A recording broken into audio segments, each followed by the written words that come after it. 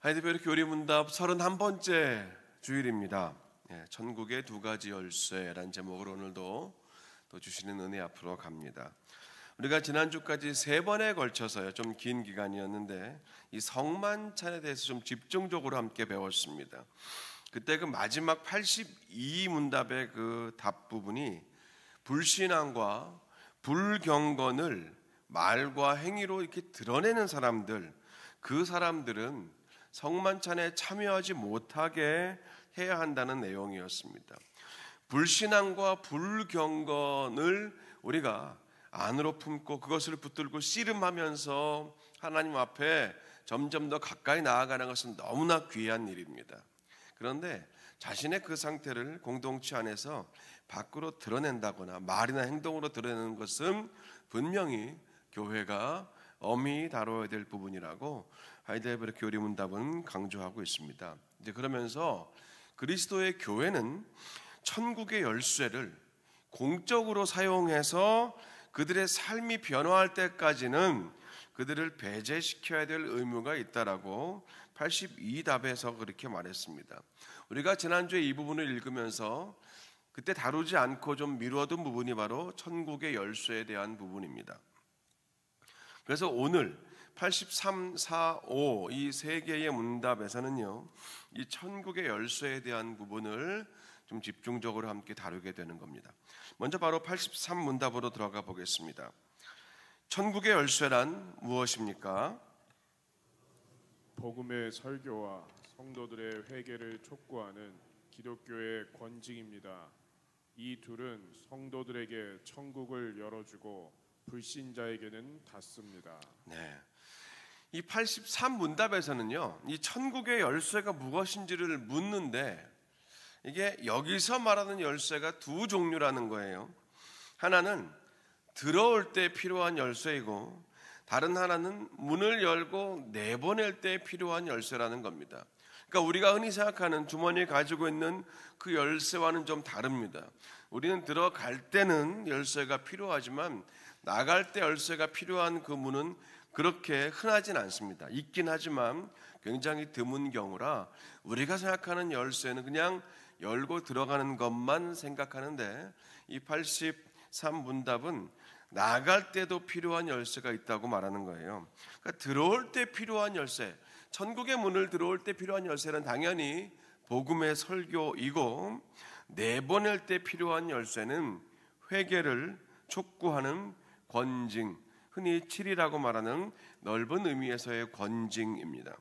들어오는 복음의 열쇠는 천국을 열어주고 그리고 회개를 촉구하는 이 권징으로는 천국의 문을 닫습니다. 사실 이 83문답만 놓고 보면은요, 조금 매몰차게 보이기도 하고 너무 좀 단호한 거 아닌가 그렇게 보이기도 하죠. 이 복음의 설교로 천국의 문을 연다는 그런 부분은 참 좋은데 회개를 촉구하는 기독교의 권징이 이 불신자들에게, 믿지 않는 자들에게 자신의 불신앙을 말로 꺼내버리고 상처를 주고 행동으로 주변을 흐트러뜨리는 그런 자들에게 문을 닫는 열쇠로 사용한다는 것은 좀 불편하게 다가올 수도 있는 포인트입니다. 왜냐하면 우리는 권징이라는 말을 들으면 당연히 너무 부정적인 느낌이 크게 다가오기 때문이겠죠. 혼나고 징계받고 처벌받는 것을 누가 좋아하겠습니까? 그런데 사실 사전적인 의미로만 본다면요, 권증은 권선징악의 약자 아닙니까? 선은 권하고 악은 벌한다. 그 중립적인 표현이에요. 밸런스가 있는 표현이 권선징악, 권징입니다. 게다가 교회 안에서의 권징은 더 세분해서 보면 일반적인 권징이 있고 특별한 권징으로 그렇게 나눌 수 있다는 겁니다. 일반적인 권징은 뭐냐면 우리가 예배 때마다, 특히 전교인이 다 모이는 주일 예배마다 하나님의 말씀을 받을 때 우리가 그때마다 매번 예배 때마다 받는 하나님 말씀, 복음의 말씀에 의한 가르침을 받는 것, 그게 우리가 일반적인 권징입니다. 그래서 우리 모두는 하나님 말씀 앞에 바르게 함, 그 유익함을 늘 받고 사는 존재들이기 때문에 우리 모두는 일반적인 권징 안에 산다고 말할 수 있는 겁니다. 그래서 그 바르고 건강한 성도의 신앙은요, 말씀을 받을 때마다 이것을 나의 권징으로 삼습니다. 그래서 말씀의 거울 앞에 서서 끊임없이 반복적으로 나를 들여다보는 거죠. 흐트러진 삶을 바로잡고 우리의 내면 세계를 바르게 다듬고 우리의 인생을 조율하면서 우리의 결정을 늘 점검하면서 그렇게 인생의 방향을 확인하는 것, 일반적인 권징입니다. 사실 이 일반적인 권징에서 우리의 신앙생활이 대부분 다 판가름이 납니다. 말씀의 가르침 앞에 제대로 온전히 겸손하게 서 있지 않으면서도 나는 하나님의 백성이요, 그리스도인이다, 무슨 교회 출석하는 성도다, 이렇게 말할 수 없다는 거예요.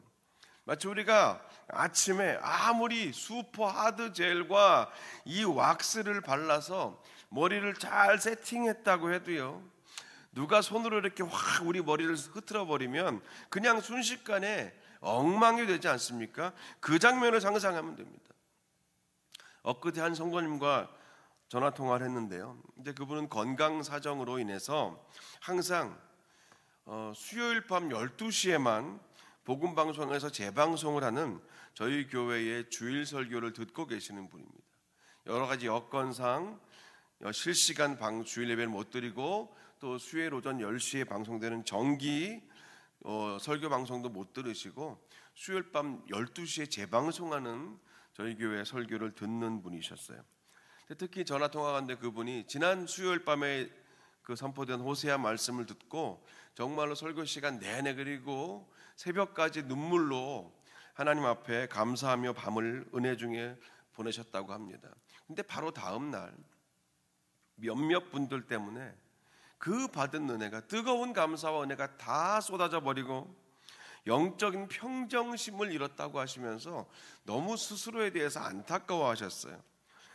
나의 이런 모습 보면 어제 그렇게 은혜 받고 뜨거운 눈물과 함께 행복했었는데 겨우 오늘 갑자기 그냥 지나가는 사람이 했던 말, 어떤 사람이 한 행동 때문에 완전히 은혜를 다 까먹고 그 영적 평정심을 다 잃어버리고 감정이 무너지고 막 속에서 분노가 차오르는 이런 자신의 모습을 하나님이 보시면 얼마나 안타까워하실까?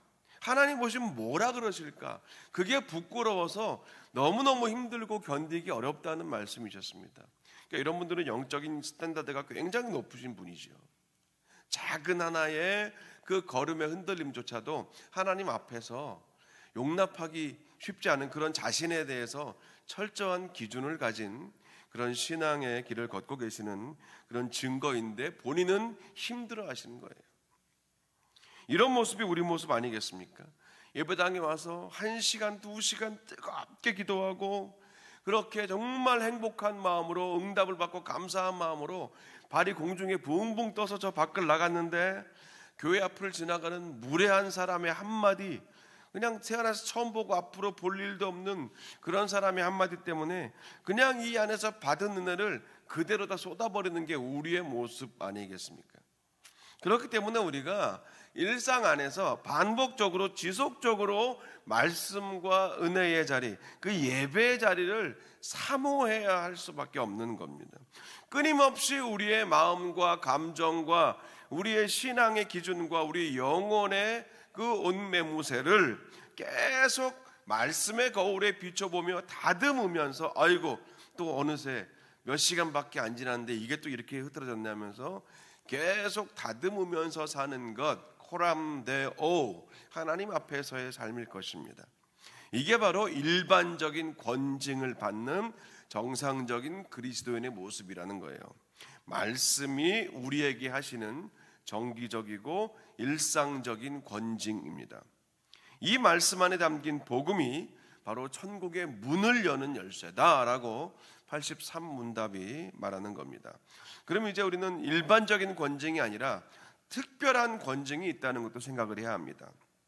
이 특별한 권징은 쉽게 말하면 이겁니다. 일반적인 권징이 효력이 없을 때, 일반적인 권징이 효력이 없을 때, 즉 스스로 말씀을 받고 듣고 깨닫고 뉘우치고 돌아서고 다시 실천함이 없을 때 필요한 것이 특별한 권징입니다.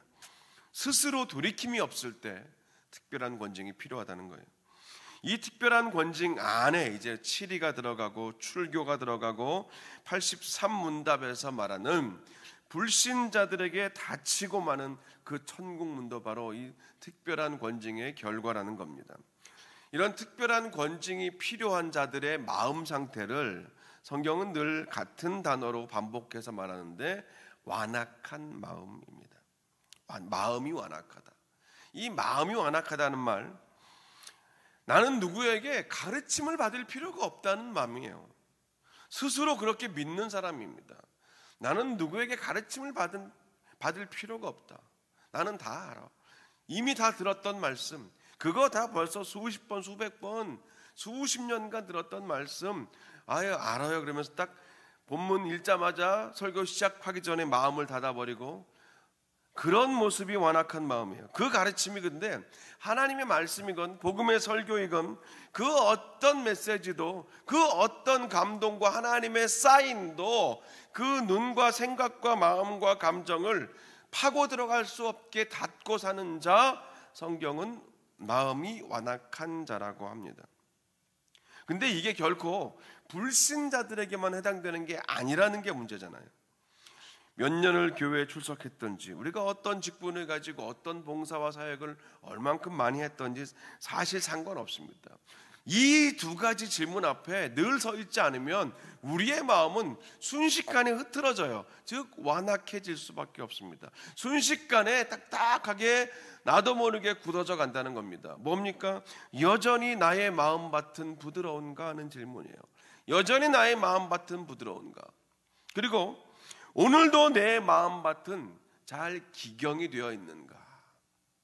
마음밭에 대한 질문을 스스로 하는 겁니다. 내 마음밭은 부드러운가?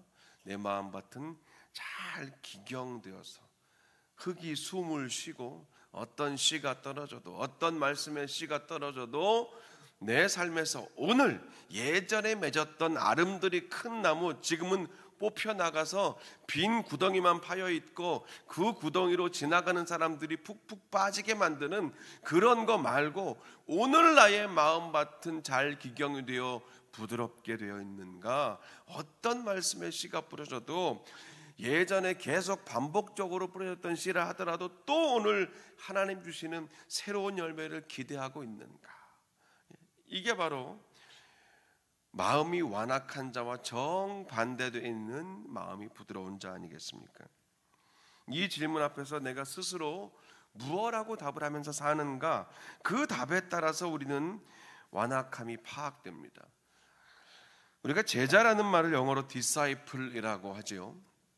그리고 훈계한다, 권징한다, 이런 말을 영어로 discipline이라고 합니다. 이게 둘 다 같은 라틴어 어근에서 나왔는데요, 디세레라는 말에서 나왔습니다. disciple과 discipline이 디세레라는 라틴어 어근에서 나왔는데, 이 디세레는 배우다, 학습하다라는 그런 의미입니다. 당연히 배우기 위해서는, 학습하기 위해서는 마음이 완악하면 안 되죠. 나는 다 아는데 뭘 배워? 그런 마음을 가지고는 디세레, 배우고 학습할 수가 없습니다. 들으려 하지 않고 배우려 하지 않고 실천하지 않으면 결코 말씀의 훈계와 가르침을 받지 못하며 예수 그리스도의 제자가 될 수 없다는 거죠. 이렇게 아무리 해도 훈련되지 않고 아무리 시간이 지나도 그 마음이 부드러워지지 않으면 그때는 특별한 권징이 필요하다는 말입니다. 여기까지 우리가 살펴본 것, 일반적인 권징과 특별한 권징의 목적은 분명합니다. 복음입니다. 교회는 복음 위에 세워졌어요. 주는 그리스도시요 살아계신 하나님의 아들이시니이다. 이 베드로의 고백 위에 교회가 세워졌습니다. 이 고백이 복음입니다. 예수 그리스도가 누구신가? 그분이 왜 오셨으며 이 땅에서 무엇을 하셨으며 지금 어디에 계시며 앞으로 어떻게 하실 것인가? 이 질문에 대한 명확한 성경적인 답이 우리가 붙들고 사는 복음입니다. 교회와 성도는 예배를 통해서 복음을 배웁니다. 복음의 말씀을 통해서 확신에 거합니다. 배운 일에 확신에 거하죠. 정리하면 마땅히 모든 교회는 성도들에게 복음의 말씀을 전하고 선포하고 가르쳐야 하는데, 만약에 그 배운 복음에 합당하게 행하지 않고 끝까지 마음을 완악하게 하면 그때는 권징을 행해야 된다. 이제 그런 말이고요. 그게 83문답의 핵심입니다. 84문답으로 가보겠습니다. 어떻게 천국의 문이 복음 전파에 의하여 열리고 닫힙니까? 다음과 같은 그리스도의 명령에 따라서 이루어집니다. 참된 신앙으로 성도가 복음의 약속을 믿으면 그리스도의 공로로 말미암아 하나님께서 그들의 모든 죄를 용서해 주신다는 것을 공적으로 선포하고 선언함으로써 그것을 믿는 각각의 모든 성도들에게 천국의 문이 열립니다. 그러나 불신자들과 위선자들이 회개하지 않는 한 하나님의 진노와 영원한 저주를 받게 된다고 공적으로 선포하고 선언함으로써 그들에게 천국의 문은 닫힙니다. 현재와 다음 생에 둘 다에 대한 하나님의 심판은 이러한 복음 증언에 기초하고 있습니다. 네. 여러분, 이제 중반을 넘어서니까 대충 아실 겁니다. 하이델베르크 교리문답의 답들이 이게 어려워요. 이게 예전에 쓴 문장이라 그런지 굉장히 한 문단이 길고 또 그렇게 이해를 하기 위해 쓴 글이 아니라 설명을 하기 위해 쓴 글이기 때문에 컨텐츠가 많이 들어가 있습니다. 그래서 한번 딱 읽으면 금방 이해되진 않습니다. 여러 번 읽고 또 바라보아야 되지요. 그래서 사실은 우리가 그냥 제가 페이퍼 나눠드리고 집에서 52주간의 한 이 하이델베르크 교리문답을 읽어오세요라고 하지 않고 함께 이렇게 말씀을 통하여 같이 또 고민하고 함께 풀어보는 시간을 갖고 있는 겁니다. 83문답에서 앞서 그 말했던 두 가지 천국 열쇠 중에서 첫 번째 열쇠가 이제 지금 읽은 84문답이고 85문답은 두 번째 열쇠에 대해서 나오는 겁니다. 먼저 84문답이 지금 말하는 천국의 열쇠는요, 앞서 말씀드린 것처럼 복음의 설교라는 열쇠입니다. 이 열쇠를 통해서 천국의 문이 열리고 닫힙니다.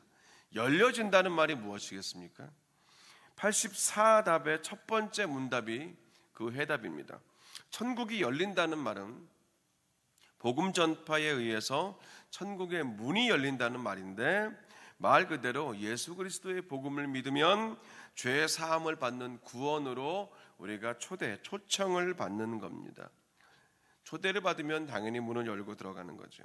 십자가에 나타난 그 복음의 언약을 성도가 믿으면 하나님은 예수 그리스도의 그 십자가 공로를 보시고 우리를 용서해 주십니다. 우리의 모습, 우리의 자격을 보시고 그 문을 열어주시는 것이 아니라 그 예수 그리스도의 공로를 믿는 우리를 보시고 그 우리의 믿음의 근간이 되시는 예수 그리스도의 십자가를 하나님께서 다시 한번 보시면서 우리를 용서해 주시고 죄사함과 구원을 허락하시는 거죠. 하나님은 이렇게 우리가 받은 용서와 구원을 공적으로 선포하고 선언해 주시는데, 이것을 통해서 천국의 문이 열린다는 겁니다. 다시 말하면 하나님의 나라는 의로운 나라이고 죄가 없고 그리고 죄의 결과나 죄의 열매들이 없는 나라가 하나님의 나라 천국입니다. 우리가 십자가 복음을 믿고 용서함 받게 되면 이 하나님 나라 천국으로 들어갈 수 있도록 천국의 문이 열린다는 말입니다. 그리고 천국의 문이 닫힌다는 말은 그 84답의 두 번째 문단인데, 이 십자가 복음을 듣고도 회개하지 않고 여전히 불신자와 같은 자리에 서 있고 믿는 척만 하고 있는 그 위선자의 자리에 있으면 그들에게는 천국의 문이 닫힌다는 겁니다. 우리가 오늘 제일 주의해서 봐야 될 부분이 있는데요, 그게 뭐냐면 이 천국 문에 대한 우리의 고정관념입니다. 우리가 흔히 천국 문에 들어간다라고 하면 죽음을 생각합니다. 장례 예배 때 많이 부르는 열린 천국문 내가 들어가 세상 짐을 내려놓고 그냥 천국문을 들어가는 것으로 이 땅의 삶이 끝나고 주님과의 영원한 삶이 시작되는 것이 우리의 갖고 있는 이미지예요. 강한 이미지입니다. 근데 오늘 우리가 다루는 이 천국문은 조금 다른 차원에서 우리가 접근해야 하는데, 성화의 과정으로 오늘 이 천국문을 이해해야 합니다. 하이델베르크 요리문답이 가르치는 오늘 이 천국문은 이미 딱 결정된, 들어가면 뭐 다시 죽은 자가 돌아올 일은 예수 그리스도밖에 없기 때문에 이미 죽어서 천국문에 들어가면 상태가 완성되고 결정되어 버리는 그런 천국문이 아니라 과정으로서의 천국문이라는 거예요. 그러니까 어떤 사람은 구원을 받아서 열린 천국문을 통해서 천국에 들어가 있으니까 더 이상 우리가 예수 그리스도 믿으면 천국이 확증된 사람이고 천국 하나님 나라가 보장된 사람이라는 것을 우리가 마치 죽어서 가는 그 한 번으로 다 끝나는 그 천국문에 들어가는 것으로 오해하면 안 된다는 겁니다. 한 번 믿고 구원받아서 나는 그럼 천국문에 들어간 사람이구나, 그렇게 하고 마음껏 사는 것이 아니라 계속해서 앞서 말씀드린 일반적인 권징, 예배를 통하여 삶을 통하여 우리에게 계속해서 들려주시는 하나님의 그 말씀에 끊임없이 반응하며 사는 거예요. 끊임없이 오늘도 우리의 마음밭을 기경하여 부드럽게 만들며 살아야 된다는 겁니다.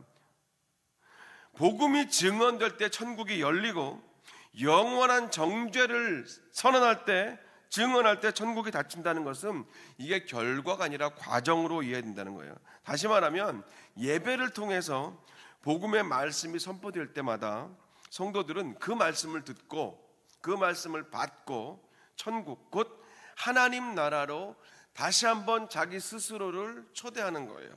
맞아, 이 말씀 내가 다시 또 이렇게 살아야지. 맞아, 지금 내 모습이 이렇게 어느새 헝클어져 있었네.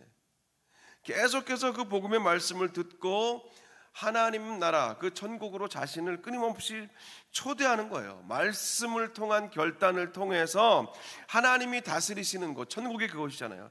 하나님이 주인 되신 곳, 하나님이 왕 되시는 곳, 천국, 곧 하나님 나라의 삶을 우리가 이 땅에 사는 동안 계속해서 반복해야 한다는 겁니다. 영원한 천국은 결국 나중엔 가겠지만 이 땅에서 하나님은 우리가 천국을 맛보고 경험하기 원하시기 때문에 이 복음의 말씀이 바로 그 천국을 경험하게 한다는 거예요.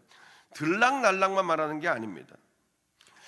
저와 여러분이 복음의 말씀 앞에 평생을 반응하면서 그렇게 하나님 나라의 삶을 우리가 살아야 한다는 메시지예요. 그러니까 우리가 보이는 문의 개념에만 머물러 있으면 안 됩니다. 하나님의 다스리심과 하나님의 주권을 늘 생각해야 한다는 겁니다. 그래서 우리가 찬송하고 기도하고 말씀을 받을 때마다 예수 그리스도의 십자가 복음과 하나님의 사랑과 은혜, 성령의 능력을 바라보고 높이며 반복하고 또 반복하면서 그렇게 새기는 거죠. 왜냐하면 우리는 연약하기 때문입니다. 쉽게 잊고 살기 때문입니다. 앞서 말씀드린 그 성도님처럼 뜨겁게 눈물로 말씀을 받아도 다시 또 우리 삶의 수많은 변수들 앞에서 우리는 또 넘어지는 존재들이기 때문에 그래요. 그래서 바라기는 날마다 예배의 자리마다 시간마다 하나님 주시는 말씀, 그 복음의 말씀을 받으셔서 열린 천국문으로 들어가 날마다 들어가는 거예요. 날마다 주와 함께 걷고 날마다 천국의 삶, 주님 다스리시고 주님께서 나를 통치하시고 연약한 나를 붙들어 주시고 이런 나를 이 땅에 세워주시는 주님, 여전히 또 다시 나는 넘어지고 실패하고 뿌리치고 거절하고 거부하고 하나님을 외면하여 등지는 그런 부족한 우리의 모습이지만 다시 또 복음의 말씀을 받을 때마다 그 천국문으로 들어가, 즉 보이는 문이 아니라 하나님과의 관계, 그 하나님을 아는 삶, 하나님과의 깊이 있는 교제의 관계로 날마다 들어간다는 것, 그것을 우리가 오늘 이 하이델베르크 요리문답에서 천국문에 들어간다라고 그렇게 가시적인 표현을 한다는 겁니다. 그렇게 우리가 삶의 주도권과 결정권을 내어드리고 날마다 천국을 사시는 저와 여러분 되시기를 간절히 축원합니다. 아멘. 여러분 노트 뒷장에 있는 이제 마지막 85문답으로 우리 가보겠습니다. 어떻게 천국의 문이 기독교의 권징에 의하여 닫히고 열립니까? 다음과 같은 그리스도의 명령에 따라서 이루어집니다. 성도라 불리울지라도 비기독교적인 가르침을 믿고 따라 사는 사람, 계속적인 개인적인 사랑의 권면에도 불구하고 자신의 잘못과 악한 삶을 떠나기를 거부하는 사람, 교회, 즉 권징을 위하여 임명된 직임자에게 보고된 후에도 교회의 권면을 거부하는 사람, 이런 사람들은 성례에 참여시키지 말고 교회가 교회 공동체로부터 배제하여야 합니다.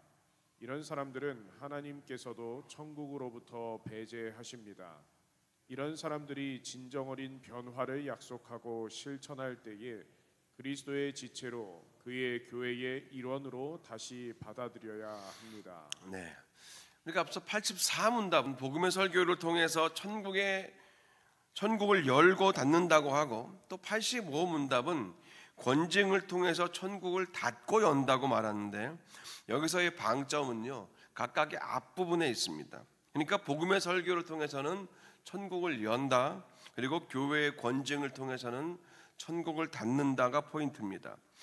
여기 85문답에서 권징을 통해서 천국을 닫는다라고 할 때는요, 우리가 열기 위해서 닫는다라고 이해하는 것이 좋습니다. 열기 위해서 닫는 거예요. 이해하시죠? 그러니까 교회의 권징은요, 닫아버려서 아예 다시는 열지 못하게 하라는 것이 목적이 아니라는 겁니다. 즉 교회가 어쩔 수 없이 부득불 권고와 징계를 하고 성경의 방법과 예수 그리스도의 말씀에 따라서 다양한 강도의 치리를 하게 될 때는 열기 위해서 닫는 과정을 거친다라고 그렇게 봐야 합니다. 그래서 권징은 회개하고 돌이키게 하려는 것이 그 진정한 목적이 되어야 되는 것이지요. 이 권징의 근거는 잘 알듯이 예수님 말씀하신 마태복음 18장 15, 16, 17절인데 우리 함께 읽어볼까요? 내 형제가 죄를 범하거든 가서 너와 그 사람만 상대하여 권고하라. 만일 들으면 네가 내 형제를 얻은 것이요, 만일 듣지 않거든 한두 사람을 데리고 가서 두세 증인의 입으로 말마다 확증하게 하라. 만일 그들의 말도 듣지 않거든 교회의 말하고 교회의 말도 듣지 않거든 이방인과 세리와 같이 여기라. 네. 먼저 1:1로 권고하고, 안 되면 두세 사람과 함께 권고하고, 그것도 안 되면 교회의 말하고, 교회의 말도 듣지 않으면 이방인과 세리와 같이, 즉 외인으로 여기라는 말입니다. 이 권징의 방법과 순서라면, 그러니까 이 말씀이 권징의 방법과 순서라면 이 권징의 대상과 내용을 지금 85답이 말하고 있는 거예요. 아무리 성도라고 불리울지라도, 즉 교회에 잘 출석하고 있을지라도, 어떤 봉사와 사역을 하고 있을지라도, 어떤 직책과 직분을 맡고 있을지라도 이런 사람들은 성례에 참여시키지 말고 교회가 공동체로부터 이들을 배제해야 한다는 겁니다. 어떤 사람입니까? 먼저는 비기독교적인 가르침을 받는 사람입니다. 그 비기독교적인 가르침을 믿고 거기에 따라 사는 사람이에요. 하나님을 믿고 하나님 말씀에 따라 사는 게 아니라 비기독교적인 가르침을 믿고 따라 사는 사람. 출애굽기 20장 3절과 마태복음 24장 24절 같이 읽겠습니다. 너는 나 외에는 다른 신들을 내게 두지 말라. 거짓 그리스도인과 거짓 선지자들이 일어나 큰 표적과 기사를 보여 할 수만 있으면 택하신 자들도 미혹하게 하리라. 이 말씀에 의하면 이 비기독교적인 가르침은 당연히 먼저 하나님 외에 세운 모든 신들과 우상을 말하는 거겠죠. 그리고 그 어떤 표적과 기사를 보인다고 해도 거짓 그리스도와 이 거짓 선지자들은 비기독교적인 가르침의 범주 안에 있는 사람들입니다. 또 골로새서 2장 8절과 유다서 1장 4절을 함께 읽어봅니다. 누가 철학과 헛된 속임수로 너희를 사로잡을까 주의하라. 이것은 사람의 전통과 세상의 초등학문을 따름이요 그리스도를 따름이 아니니라. 경건하지 아니하여 우리 하나님의 은혜를 도리어 방탕한 것으로 바꾸고 홀로 하나이신 주제 곧 우리 주 예수 그리스도를 부인하는 자들이 있느니라. 아멘. 이 말씀에 의하면요, 이 비기독교적인 가르침은 말뿐인 철학 그리고 헛된 속임수들과 사람의 전통과 세상의 유치한 초등학문을 따르는 것이고 방탕함이나 이 세속적인 욕망을 정당화하는 가르침이라는 겁니다. 그러니까 은혜를 핑계 삼아서 죄를 묵인하고 용인하거나 자기의 욕심을 따르게 하는 가르침입니다. 그러니까 이렇게만 말하면 우리와 우리 가정, 우리 교회와는 조금 별로 상관이 없어 보이는데 정말 그렇겠습니까? 정말 우리는 아무 상관이 없습니까? 하나만 예로 들자면 우리는 정당화, 우리는 얼마나 이 정당화하는 데 익숙한 사람들입니까? 우리는 참 정당화를 잘합니다. 주일 성수를 하지 못하는 수만 가지 이유를 댈 수 있어요. 사역을 못하고 봉사를 못하고 선교를 못하고 헌금을 못하는 수만 가지 이유를 우리는 얼마든지 댈 수 있는 사람들입니다. 방탕함과 그 세속적인 욕망에서 비롯된 것은 아닐지 몰라도 신앙의 연륜이 쌓일수록 정당화의 기술도 안타깝지만 늘어가는 경우도 있더라고요. 또 죄를 그냥 용인하고 묵인하고 못 본 척하는 것은 얼마나 많습니까? 너무나 잘하잖아요. 분명히 하나님이 기뻐하지 않으시는 것이고 하나님의 임재와 시선 앞에서는 도무지 할 수 없는 것들인 걸 알아도 하나님의 은혜와 그 용서를 그냥 핑계 삼아서 너무 쉽게 죄를 승인하고 묵인하고 용인하고 그리고 눈 감아버리는 그런 일엔 우리가 얼마나 익숙한 사람들인가 하는 겁니다. 또 하나님이 일을 한다고 하면서 아간처럼 나의 욕심을 그 아래 딱 몰래 감추어 놓고 숨기는 일에는 우리가 얼마나 전문가들인지 모릅니다. 봉사를 한다고 하면서 나를 알아주지 않거나 봉사를 하는데 내가 하던 대로 하지 않거나 내 마음에 맞지 않을 때 그때 본 모습, 예수 그리스도의 복음의 말씀은 필요 없어요. 그냥 안에서 원래 숨겨왔던 내 모습이 그냥 뚫고 올라옵니다. 예수님 십자가 그냥 옆으로 밀고 바로 튀어 올라가잖아요. 그런 사람들이 얼마나 많습니까? 교회마다 없는 교회가 없어요. 그런 내 자신을 보고 깜짝 놀라서 아이고 내가 왜 이러나 하면 얼마나 좋겠습니까? 그러면 너무 좋은데 그냥 밖으로 확 드러내서 함부로 말하고 함부로 행동해도 자기는 쿨하다고, 나는 마음속에 담아두지 않고 사는 사람이야, 이런 식으로 말하면서 너무나 쉽게 공동체의 질서와 영혼들에게 상처를 준다면 그게 정상이겠냐는 말이에요. 그 길이 바로 비기독교적인 가르침을 따르는 길이라는 겁니다. 또 두 번째로 아무리 성도라고 불리울지라도 권징을 해야 하는 사람은 어떤 사람입니까? 지속적으로 개인적인 사랑의 권면을 했는데도 자신의 잘못과 악한 삶에서 떠나기를 거절하는 사람들입니다. 여기에서 포인트는 거부입니다. 스스로 거부하면 답이 없어요. 평양감사도 저 싫으면 그만이라는 속담도 있듯이 공개적으로 이 망신주기가 아니라 개인적으로 찾아가서 사랑의 권면을 했는데도 그냥 나는 이대로가 좋사오니 건들지 마시오, 계속 그렇게 한다면 그런 사람들은 교회의 권징이 필요하다는 겁니다. 그리고 세 번째는 그런 개인적인 권면을 넘어서서 성경의 순서에 따라서 성경적인 권면을 했는데도 불구하고 거부한다면 정말로 권징이 필요하다는 겁니다. 이 85답의 두 번째 문단에도 있듯이 당시에는요, 권징의 첫 번째가 성례, 성만찬이나 그런 세례 예식에 참여시키지 않는 것이 아주 큰 권징이요 칠이었습니다. 특히 이 성례 중에서도 매 주일마다 갔던 성만찬에 참여할 수 없다는 것은 큰 수치와 부끄러움이었습니다.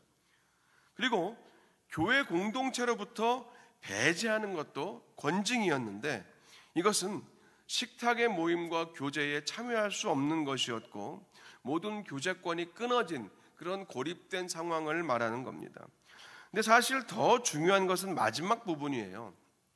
이런 사람들은 하나님께서도 천국으로부터 배제하신다는 겁니다. 듣기만 해도 끔찍한 일이죠. 앞서도 말씀드렸듯이 권징의 목적은 회개입니다. 변화이고 돌아옴이고 다시 받아들여짐이지요. 교회와 하나님 앞에 진정으로 변화를 약속하고 그 변화를 실천할 때 다시 그리스도의 지체와 교회의 일원으로 받아들여지는 이 과정을 통해서 교회는 생명력을 이어왔습니다. 다시 한번 여기서 오늘 요절인 마태복음 16장 19절을 함께 읽어봅니다. 내가 천국의 열쇠를 내게 주리니 내가 땅에서 무엇이든지 매면 하늘에서도 매일 것이요 내가 땅에서 무엇이든지 풀면 하늘에서도 풀리리라 하시고. 아멘. 이 천국의 열쇠는 예수님이 베드로에게 주신 것이지만 그 열쇠는 오늘 저와 여러분 우리 교회를 통해서 계속 이어져 옵니다. 하나님이 교회를 통해서 그 천국의 열쇠를 맡기셨기 때문이죠. 결국 중요한 것은 우리가 예배를 통해서 복음의 말씀을 듣고 받을 때 천국의 문을 열 수도 있고 닫을 수도 있다는 겁니다. 말씀 앞에서 날마다 우리의 결단과 순종과 선택을 통해서 하나님 말씀에 따라 살 수도 있고 또 그렇지 않고 불순종을 할 수도 있습니다. 말씀 앞에서 우리의 결단과 선택을 통해서 날마다 하나님 나라를 그 천국을 경험하며 살 수도 있고 날마다 하나님 나라로부터 멀어질 수도 있습니다. 그래서 복음의 말씀 앞에서의 우리의 일상적인 결단이 너무나 중요한 겁니다. 일반적인 권징을 우리가 늘 잘 받아야 한다는 거예요. 오늘 저와 여러분의 삶이 하나님의 통치와 다스리심 안에서 빛으로 가득한 천국문이 열릴 것인가, 어둠 속을 헤매이는 닫힌 천국문으로 살 것인가는 말씀에 대한 순종에 달려 있다는 것입니다. 그래서 바라기는 이 말씀에 대한 순종을 통해서 날마다 천국문을 열고 사시는 그런 저와 여러분의 삶이 되시기를 주님의 이름으로 간절히 축원합니다. 기도하겠습니다. 하나님 주신 말씀을 또 우리가 순종하며 나아갑니다. 일반적인 권징, 우리가 이 메시지를 마음에 새겨봅니다. 하나님 스스로 내가 주의 말씀 앞에 반응하고 듣고 품고 새기며 순종하며 나아갈 때 매일의 삶이 천국문이 열리는 삶 될 줄 믿습니다. 주여 그렇게 살게 하여 주시옵소서. 예수님의 이름으로 기도합니다.